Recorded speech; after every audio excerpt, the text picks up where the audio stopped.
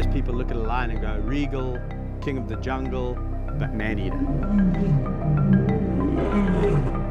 I think a lot of people think I'm dancing with death. Naturally, one's going to go, well, this guy's crazy and it's only a matter of time before he gets eaten.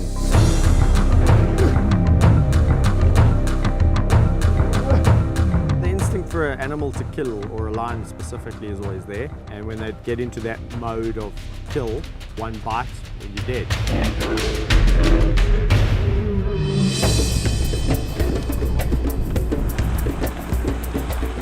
You won't find a lion roaming the wilds of Australia. And you'll never find anyone like this man.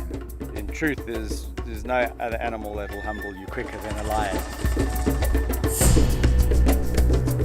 If the late Steve Irwin had a kindred spirit, it would be Kevin Richardson.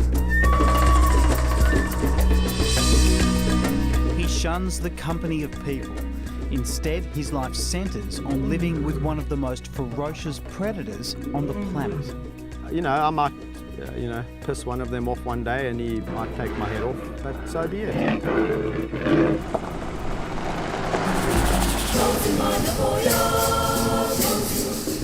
To understand Kevin's obsession, I've travelled thousands of kilometres to southern Africa. You get adventurers in the world, man, pioneers, explorers. Without them, without those people in the world would still be, such a small little place. Christopher Columbus and all these adventurers, people must have thought they were completely loony in their time. Loony as it may sound, we're heading straight into lion territory. You get some of the prides are really grumpy and will eat you pretty quickly, but it's only a matter of time before one of them comes and investigates you, and the rest could be history. You don't get nervous? No. No, but I think if I was getting nervous, then, after this period of time, I think I should be sitting myself down and saying, well, what are you actually doing here? Kevin is preparing to walk freely among a pride of lions with no cage and no protection. You always got to observe who looks like they're grumpy, who looks like they're affable, before you just go in there guns blazing.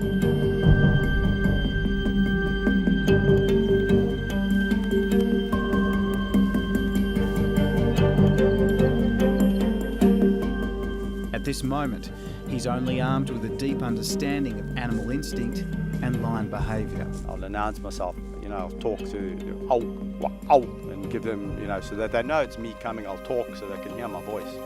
And at least then when you walk in, they know what to expect.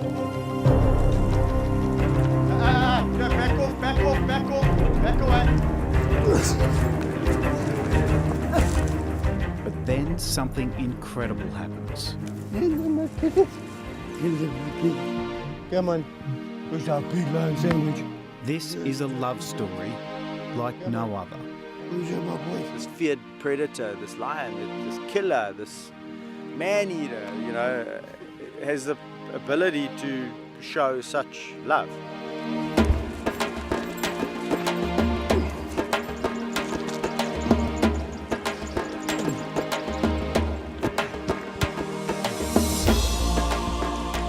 Far from being mindless man-eaters, Kevin believes the lions have a gentle side that few know about. Oh, so you come to say hello now, eh? What amazes me is they jump on me gently. They don't unsheath their claws. And when they bite me, it's gentle. But don't be fooled. These big cats are far from tame. So I'm filming from the safety of a cage. And as I found out, they don't take too kindly to strangers.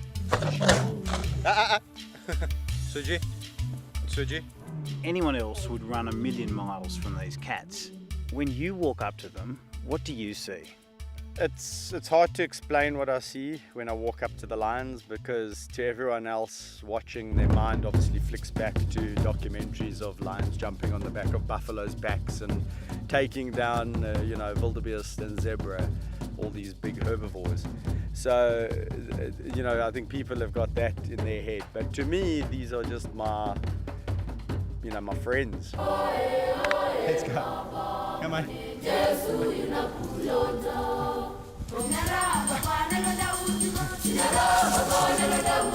I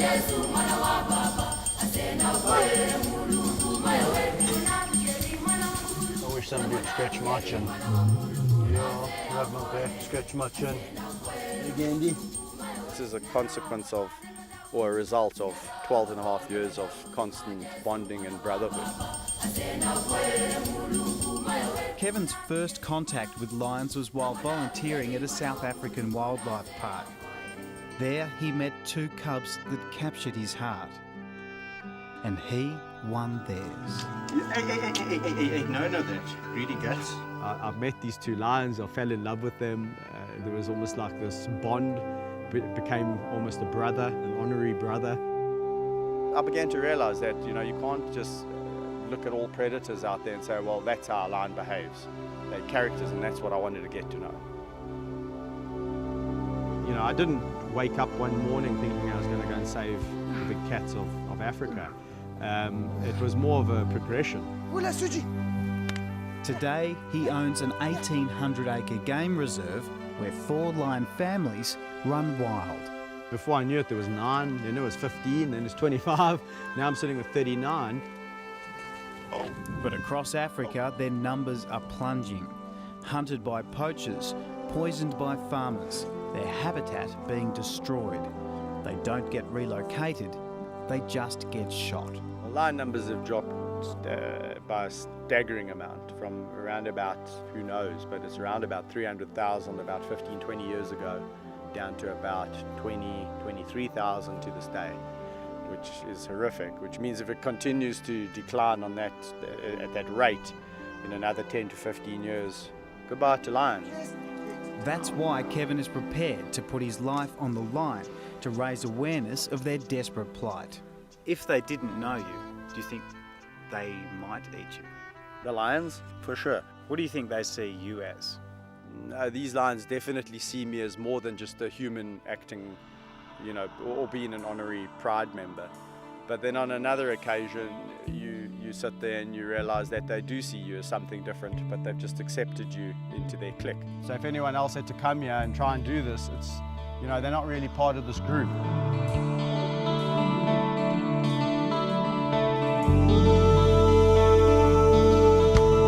If anyone could understand the love that they have for their pet, I could probably say times that by 10. Quite frankly, that's how you could get killed by a lion. If he lies on top of you, he could crush you to death. Ah, Kaiser, please, my boy.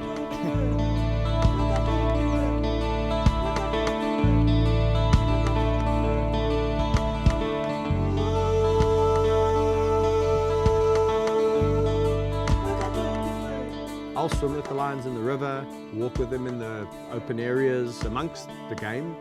So yeah, I'll do most things that people would do with their pet dog, with the lions.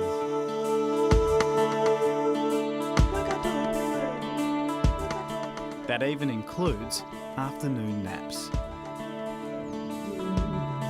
He says, Shush now. Sleep. Are there times when you're not welcome?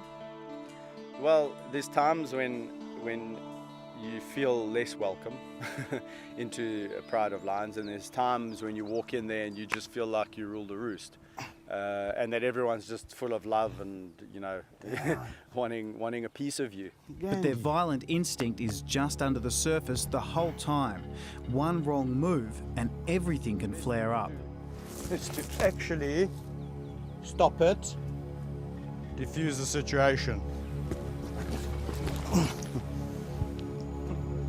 Sometimes that biting will turn to real biting very quickly. stop it. So that's why I just nip it in the bud. I'm going to murder you, boy. If you react badly and you start pulling or you start getting nervous or panicking, he will bite down on you. So you got to just make him realize that you're not afraid of him and he can't just bite your leg at will. You see, you can't. You guys are naughty today, hey? You get your tongue pulled. Tongue pulled if you do that. Yeah, it's embarrassing. Have you been hurt? Yes, I get bitten, I get scratched, I get jumped on, my back gets put out, my shoulders. Fortunately, I've never been hospitalized by a lion.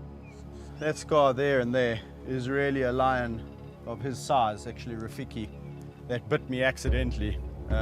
This canine here, the top one, went straight through to the bone almost, and that was the bottom one.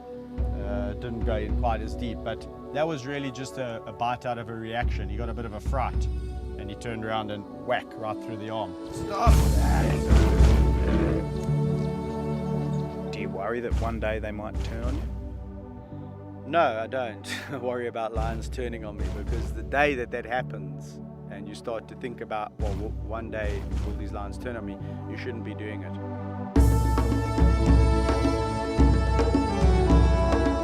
Don't have any regrets. I live a no regrets policy in my life. So I'll probably do it all the same again if I was brought back down to earth again, given a second chance. I like living life, not just existing life. So, you know, for me, I'm truly living when I'm with the lions.